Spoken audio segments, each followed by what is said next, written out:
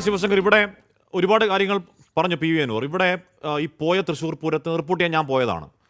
അവിടെ ഈ പ്രശ്നം ഉണ്ടാകുന്നത് അന്ന് രാത്രി വെടിക്കെട്ടിന് മാത്രമൊന്നുമല്ല, അന്ന് തുടക്കം മുതൽ രാവിലെ മുതൽ ഈ മനുഷ്യന്മാരെ തലപ്രാന്ത് എടുപ്പിക്കുന്നത് പോലീസിന്റെ സ്ഥിരം പണിയായി അവിടെ നടന്നതാണ്. ആൾക്കാർ അപ്പം മുതലേ വെറുക്കുന്നുണ്ട്. അങ്ങനെ തുടങ്ങി രാവിലെ മുതൽ തന്നെ എന്തൊക്കെയോ നിയന്ത്രണം, കയറ് വെച്ച് കെട്ടൽ, ആ കുടമാറ്റം കാണാൻ ആൾക്കാരെ അങ്ങോട്ടേക്ക് കയറ്റാതിരിക്കൽ, കയറണം എന്നുണ്ടെങ്കിൽ താഴെ നിന്ന് ദൂരെ കൂടെ നടന്നുപോയി അപ്പുറത്തേക്ക് വരേണ്ട അവസ്ഥ, അങ്ങനെ മുറുക്കി ലാസ്റ്റ് വെടിക്കെട്ടായപ്പോഴേക്ക് പൊട്ടിക്കുന്ന അവസ്ഥ. ആ പണി ചെയ്തത് നിങ്ങൾക്ക് സുരേഷ് ഗോപിക്ക് അവിടെ ഒരു സീറ്റ് ഉണ്ടാക്കി കൊടുക്കാൻ എം.ആർ. അജിത് കുമാറിന്റെ ഗൂഢ നീക്കമായിരുന്നു എന്നുകൂടി പറയുന്നുണ്ട് ഭരണപക്ഷ എം.എൽ.എ. പി വി അൻവർ. ശ്രീ പി ആർ ശിവശങ്കർ മുഖവിലക്കെടുക്കുകയാണെങ്കിൽ എല്ലാം മുഖവിലക്കെടുക്കണ്ടേ?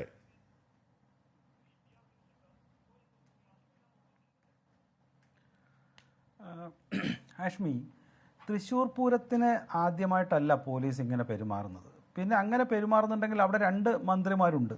ആ 2 മന്ത്രിമാർക്ക് ഇടപെടായിരുന്നു. അവർക്ക് ഇപ്പോൾ താങ്കൾ പറഞ്ഞതുപോലെ നേരത്തെ ഇടപെടായിരുന്നു. പിന്നെ എൻ്റെ ഒരു ആവശ്യം, ഇതിനെ വെറും തൃശ്ശൂർ പൂരമോ സുരേഷ് ഗോപിയുടെ വിജയമോ ആക്കി ഇനിയിപ്പോൾ ബി ജെ പി നിയന്ത്രിക്കുന്ന ഒരാളായി അജിത് കുമാറിനെ മാറ്റിക്കൊണ്ട് ഈ വിഷയത്തെ ചെറുതാക്കരുത്. ഞാൻ ഈ വിഷയത്തെ കുറച്ചുകൂടി വലുതായാണ് കാണുന്നത്. ഇതിൻ്റെ 3 കാര്യങ്ങളാവാം. ഒരു കോൺസ്പെറൻസി തിയറി, ഇപ്പോൾ താങ്കൾ പറഞ്ഞതുപോലെ, ഇപ്പോൾ ഞാനൊക്കെ ഇന്നോട്ട് നെറ്റ്ഫ്ലിക്സിൻ്റെ കണക്ഷൻ കട്ട് ചെയ്തു, ഇനി കാണണ്ടെന്ന് വിചാരിച്ചു. കാരണം അത്ര വിചിത്രമായ ഒരു മെക്സിക്കൻ ഡ്രഗ് കാർട്ടലിൻ്റെ ഒരു രൂപ പോലെയാണ് ഇപ്പോൾ ഈ കേരളത്തിലെ ടെലിവിഷൻ മാധ്യമം തന്നെ മാറിയിരിക്കുന്നത്. ഞാൻ വിശ്വസിക്കുന്നത് 3 കാരണങ്ങളാകാം ഇത്തരത്തിൽ പി വി അൻവർ വെളിപ്പെടുത്തുന്നതിൻ്റെ ഒരു കാര്യങ്ങൾ. ഞാൻ മനസ്സിലാക്കുക, ഒന്ന്, സി എമ്മിനോ പാർട്ടി സെക്രട്ടറിക്കോ വിചാരിച്ചാൽ മാറ്റാൻ പറ്റാത്ത ആളുകളാണോ A D G P, law and ഓർഡറും അതുപോലെ തന്നെ പൊളിറ്റിക്കൽ സെക്രട്ടറിയും ആണെന്ന് ഞാൻ വിശ്വസിക്കുന്നില്ല. അവരെ ഈസി ആയിട്ട് അവർക്ക് മാറ്റാൻ പറ്റേണ്ടതാണ് അവരുടെ കഴിവ് വെച്ചിട്ട്. താങ്കൾ ചോദിച്ച പോലെ ഐ ബിക്ക് ഈ കാര്യങ്ങളൊന്നും അറിയില്ല എന്ന് ഞാൻ വിശ്വസിക്കുന്നില്ല. പോലീസിലെ ഐ ബിയും എല്ലാവർക്കും ഇതെല്ലാം അറിയാം. അദ്ദേഹത്തിൻ്റെ ഇപ്പോൾ ഹസ്കർ പറഞ്ഞതുപോലെ അഴിമതിക്കാരനല്ലാത്ത 12,000 സ്ക്വയർ ഫീറ്റൊക്കെ പണിയുന്ന ആളുകളുടെ കാര്യമൊക്കെ ഇവരറിഞ്ഞു കാണും. പക്ഷേ എന്നിട്ടും ഇത് മാറ്റാൻ കഴിയുന്നില്ല എങ്കിൽ എന്തുകൊണ്ട്? അതാണ് നമ്മൾ ചിന്തിക്കേണ്ട ഒരു കാര്യം. എന്തുകൊണ്ടാണ് പി വി അൻവറിനെ പോലുള്ള ഒരു ശക്തനായ എം.എൽ.എക്ക് മുഖ്യമന്ത്രിയുടെ ഓഫീസിൽ പോയി ഈ കാര്യങ്ങൾ അവതരിപ്പിക്കാൻ പറ്റുന്നില്ലേ? ഞാൻ വിശ്വസിക്കുന്നില്ല അത് പറ്റില്ല. എം.എൽ.എമാർക്കൊക്കെ അവിടെ പോകാം, പി വി അൻവറിന് പ്രത്യേകിച്ച് പോകാം, അദ്ദേഹത്തെ കാണാം, ഈ കാര്യങ്ങൾ അവതരിപ്പിച്ചും കാണണം. പക്ഷേ പുറത്തു വന്ന് ഇത്തരം കാര്യങ്ങൾ പറയണമെന്ന് എന്തുകൊണ്ട് പി വി അൻവറിന് ആഗ്രഹം വന്നു? അല്ലെങ്കിൽ പി വി അൻവറിനെ ആര് അതിന് പ്രലോഭിപ്പിച്ചു? അതല്ലേ ഇവിടെ പ്രശ്നം. ഇത് ഉള്ളിൽ പറഞ്ഞു തീർക്കാമായിരുന്നല്ലോ. അതിൻ്റെ അർത്ഥം, ഒന്നല്ലെങ്കിൽ ഈ 2 പേർക്കും മുകളിൽ ശ്രീ ശശിയും ഈ അജിത് കുമാർ ലോ ആൻഡ് ഓർഡറും വളർന്നിരിക്കുന്നു. 1.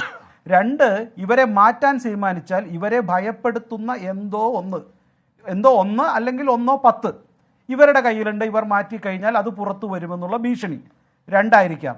3ാമത്തെ കാര്യം, ഒരു പക്ഷേ ഈ സംസ്ഥാനത്തെ പാർട്ടി സെക്രട്ടറിക്കും മുഖ്യമന്ത്രിക്കും അറിയാവുന്ന കാര്യങ്ങൾ വെച്ച് ഈ പറയുന്ന ശശിയും അജിത്തും നിയന്ത്രിക്കുന്ന പോലീസ് ഭരണത്തെ പൊട്ടിക്കുവാൻ ഈ പോലീസ് അധികാരമില്ലാത്ത മറ്റൊരു ശക്തി ഇതിനു വേണ്ടിയിട്ടുള്ള കോടാലിയായി പി വി അൻവർ മാറി എന്നതായിരിക്കാം ഒരുപക്ഷെ 3ാമത്തെ കാര്യം. ഇതിലേതെങ്കിലും ഒരു കാരണം കൊണ്ടാകാം ഇത്തരത്തിലുള്ള ഒരു വിഴുപ്പലക്കൽ കാര്യമായിട്ടുണ്ടായത്. അദ്ദേഹം മുഖ്യമന്ത്രി ആക്രമിക്കുന്നില്ല എന്നുള്ളതുകൊണ്ട് അദ്ദേഹം മുഖ്യമന്ത്രിക്കെതിരെ അല്ല എന്ന് ഞാൻ വിശ്വസിക്കുന്നില്ല. ചിലപ്പോൾ ആകാം, മുഖ്യമന്ത്രിക്കെതിരെ ആവാം. പക്ഷേ ഒരു ന്യായമായ കാര്യത്തിൽ ഇത് മുഖ്യമന്ത്രിയോട് പറഞ്ഞാൽ പി വി അൻവർ മുഖ്യമന്ത്രിക്കെതിരെ അല്ല എങ്കിൽ ഇത് അവിടെ തീരാവുന്നതായിരുന്നു. അപ്പോൾ ഇതെന്തുകൊണ്ട് ഈ വിഴുപ്പലക്കൽ പുറത്തേക്ക് വന്നു എന്നുള്ളതാണ് പ്രശ്നം.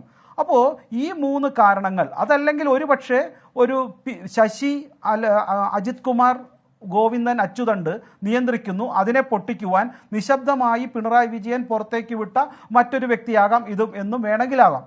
പക്ഷേ എന്നിരുന്നാലും ഇതെല്ലാം പുറത്തേക്ക് കൊണ്ടുവരുന്നത് കേരളത്തിൻ്റെ അധപ്പതനമാണ്. ഒരു കാവ്യഭംഗി പോലെ, ഇപ്പോൾ താങ്കളത് പറയുന്നു വിചാരിച്ചു, കമ്മ്യൂണിസ്റ്റ് പാർട്ടി എന്നാൽ കൊല, കൊള്ള, കള്ളക്കടത്ത്, എന്തൊരു വെച്ചിട്ടുള്ള ഒരു കാവ്യഭംഗി പോലെ അത് തീർത്തിരിക്കുന്നു. ഫാസിസ്റ്റ് പാർട്ടി കൊല നടത്തുമെന്ന് നമുക്കെല്ലാവർക്കും അറിയാമായിരുന്നു. കൊള്ള നടത്തുമെന്നും പല തലശ്ശേരി പോലുള്ള കലാപങ്ങൾ കണ്ടിട്ടുണ്ട്. കള്ളക്കടത്തും നടത്തുന്നു. നേരത്തെ ജ്യോതി പറഞ്ഞതുപോലെ കഴിഞ്ഞ തവണയും കള്ളക്കടത്തിൻ്റെ കണ്ണികൾ എത്തിച്ചേർന്നത് സി എമ്മിൻ്റെ ഓഫീസിലേക്കാണ്. ഇപ്പോഴും ഇതാ സി എമ്മിൻ്റെ ഓഫീസിലെ 2 പേർ, ഏറ്റവും ഉന്നർ അതിശക്തർ, അവർ തന്നെ ആയിരിക്കുന്നു ഇതിൻ്റെ. താങ്കൾക്ക് കംഫർട്ടബിൾ ആയ കാര്യം താങ്കൾ ഭംഗിയായി പറഞ്ഞു. പക്ഷെ താങ്കൾ കംഫർട്ട് അല്ലാത്തൊരു കാര്യം താങ്കൾ നൈസായി എസ്കേപ്പായി ആദ്യഘട്ടത്തിൽ. എന്ന് പറഞ്ഞാൽ തൃശ്ശൂരുള്ള വിജയം അത് താരത്തിൽ വെച്ച് തന്നതാണ്. അത് ചില ബാന്ധവങ്ങളുടെ അടിസ്ഥാനത്തിലാണെന്ന് ചാമക്കാലയുടെ പാർട്ടി പറഞ്ഞുകൊണ്ടേയിരുന്നതാണ്. അതിനെക്കൂടി ശരിവെക്കലല്ലേ തൃശ്ശൂരുമായി ബന്ധപ്പെട്ട ആരോപണം? ശ്രീ പി ആർ ശിവശങ്കർ അന്ന് അങ്കിത് അശോകൻ എന്ന് പറയുന്ന ആളെ കുറേ നാൾ കഴിഞ്ഞപ്പോൾ സ്ഥലം മാറ്റി. ADGP MR അജിത് കുമാറിനെ പഠിച്ച് റിപ്പോർട്ട് സമർപ്പിക്കാൻ ആവശ്യപ്പെട്ടു. ആ റിപ്പോർട്ട് എവിടെ എന്ന് ഒരിക്കലെങ്കിലും BJP ആവശ്യപ്പെട്ടോ? അന്ന് ആ ദിവസം അതിനെ പൊളിറ്റിക്കലി നിങ്ങൾ മുതലെടുത്തവരല്ലേ ശ്രീ PR ശിവശങ്കർ? ആ റിപ്പോർട്ട് എവിടെ അജിത് കുമാറെ എന്ന് രാഷ്ട്രീയമായി ചോദിക്കാൻ നിങ്ങൾക്ക് ബാധ്യതയില്ലേ? ചോദിച്ചോ അത്?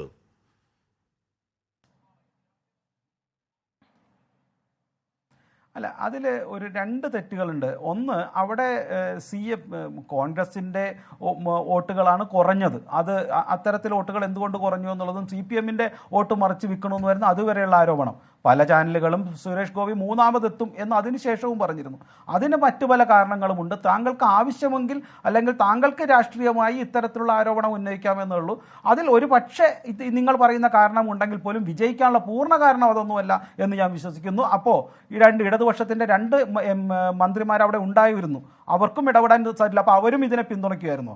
2 മന്ത്രിമാരും സുരേഷ് ഗോപി വിജയിച്ചോട്ടെ എന്ന് പറഞ്ഞ് കണ്ണടച്ച് താങ്കൾ പറഞ്ഞതുപോലെ രാവിലെ തന്നെ തൃശ്ശൂർ ഈ പ്രശ്നങ്ങളൊക്കെ ഉണ്ടായിട്ടും മിണ്ടാണ്ടിരിക്കുന്നു എന്നുള്ള ആരോപണവും കൂടി താങ്കൾ അതിൽ ഒളിച്ചു വെക്കുന്നില്ലേ? അപ്പോൾ അത് ശരിയാണെന്ന് ഞാൻ വിശ്വസിക്കുന്നില്ല. അപ്പോൾ ഇവിടെ ഞാൻ ഒരു കാര്യം കൂടെ പറയാം. ഈ PV അൻവർ ഇത്തരത്തിലുള്ള കാര്യങ്ങൾ പറയുമ്പോൾ 2 കാര്യങ്ങൾ ഞാൻ വിശ്വസിക്കുന്നു. ഒന്ന്, അദ്ദേഹം പറഞ്ഞ ദാവൂദ് ഇബ്രാഹിം സ്റ്റൈലിലുള്ള ഭരണം എന്തുകൊണ്ടാണ് അക്കാര്യത്തിൽ ഇപ്പോൾ സ്വർണം കള്ളക്കടത്ത് മാത്രമല്ല അദ്ദേഹം ഉദ്ദേശിക്കുന്നത്. അദ്ദേഹം ദാവൂദ് ഇബ്രാഹിമിൻ്റെ വെച്ചാൽ അതൊരു ദേശദ്രോഹ പ്രവർത്തനം കൂടി ആയിരിക്കുന്നു. ഞാൻ മറ്റൊരു ഉദാഹരണം കൂടി അതിനുവേണ്ടി ഒന്നുകൂടെ പറയാം. കാരണം ഇവിടെ ഏറ്റവും പ്രമാദം, എന്തുകൊണ്ട് ജ്യോതി അത് പറഞ്ഞില്ല എന്ന് മനസ്സിലാകുന്നില്ല, മന്ത്രിമാരുടെയും പ്രതിപക്ഷ നേതാക്കളുടെയും എല്ലാം ഫോൺ ചോർത്തുന്ന ഒരു സർവൈലൻസ് രാജാക്കി മാറ്റിയിരിക്കുന്നു കേരളത്തെ എന്ന് അദ്ദേഹം പറഞ്ഞില്ലേ? അതിനെതിരെ എന്താ ആരോപണം വരാത്തെ? മാത്രമല്ല, എനിക്ക് മനസ്സിലാക്കാത്തത് PV അൻവറിനെതിരെ എന്തുകൊണ്ടാണ് നടപടിയെടുക്കാത്തത്? അദ്ദേഹം പറഞ്ഞല്ലോ ADGPയുടെ ഭാര്യയുടെ ഫോൺ ഞാൻ ചോർത്തിയിരിക്കുന്നു. ഇന്ന് അദ്ദേഹം പുറത്തുവിട്ടില്ല, ഇന്നലെ പറഞ്ഞു ഞാനത് പുറത്തുവിടുന്നു പറഞ്ഞു. അപ്പോൾ ഒരു വ്യക്തി ADGPയുടെ ഭാര്യയുടെ ഫോൺ വരെ ചോർത്തുന്ന മെഷീൻ എത്രത്തോളം ശക്തമായ ഒരു മെഷീൻ ആയിരിക്കണം അത്? അത്തരത്തിലുള്ള മെഷീൻ വെച്ചുകൊണ്ട് ഒരു MLA ADGPയുടെ ഫോൺ ചോർത്തിയിട്ട് അല്ലെങ്കിൽ ഭാര്യയുടെ ഫോൺ ചോർത്തിയിട്ട് അതിനെതിരെ എന്തുകൊണ്ട് നടപടി എടുക്കുന്നില്ല? ശശിക്കെതിരെ എന്തുകൊണ്ട് നടപടി എടുക്കുന്നില്ല? സൂചിപ്പിക്കുന്നത് ആ ചോർത്തലിൽ പുറത്തേക്ക് വരുന്നത് ഈ പറയുന്ന അധികാര ബാന്ധവങ്ങളുടെ രാഷ്ട്രീയ കൈകോർക്കലുകൾ വൃത്തികെട്ട കഥകളാണെങ്കിൽ ചിലപ്പോൾ കറ നല്ലതാണ് എന്നൊക്കെ പറയില്ലേ? ഞാൻ